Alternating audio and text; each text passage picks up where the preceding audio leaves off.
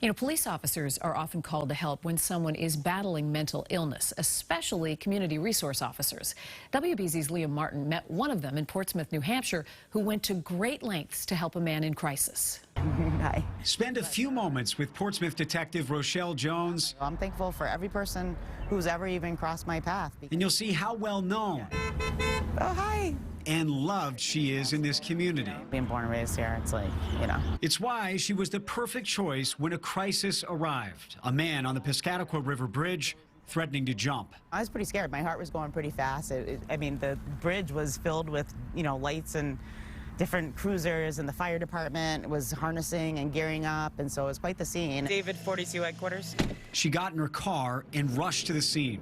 By the time Detective Jones had arrived at the bridge, the man had already jumped to that green catwalk just about 5 feet below and was refusing to come back up.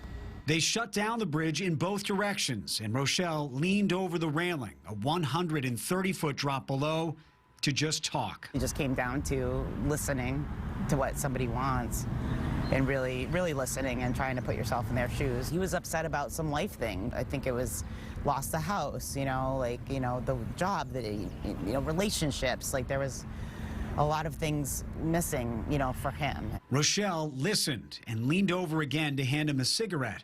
Finally, after 4 hours on the edge, he moved. And I'm like, you still with me? I'm like, you know, I'm not going anywhere. Like, we're gonna do this together. Like, I'm not gonna leave you, you know. Just all you gotta do is come up and get my car. And I turned to talk to somebody, and out of the corner of my eye, I saw him walk right over and just boom, boom, boom, came up the ladder. He walked right to my cruiser, drove him to the hospital in Maine, and he got out of the back seat and he gave me a hug, which was really great, great feeling. It's a lot of talking about active listening, like really listening to somebody, listening to their needs. He's now getting treatment. Detective Jones is checking in with him regularly and says she has learned we can all be a bridge to one another. Leah Martin, WBZ News.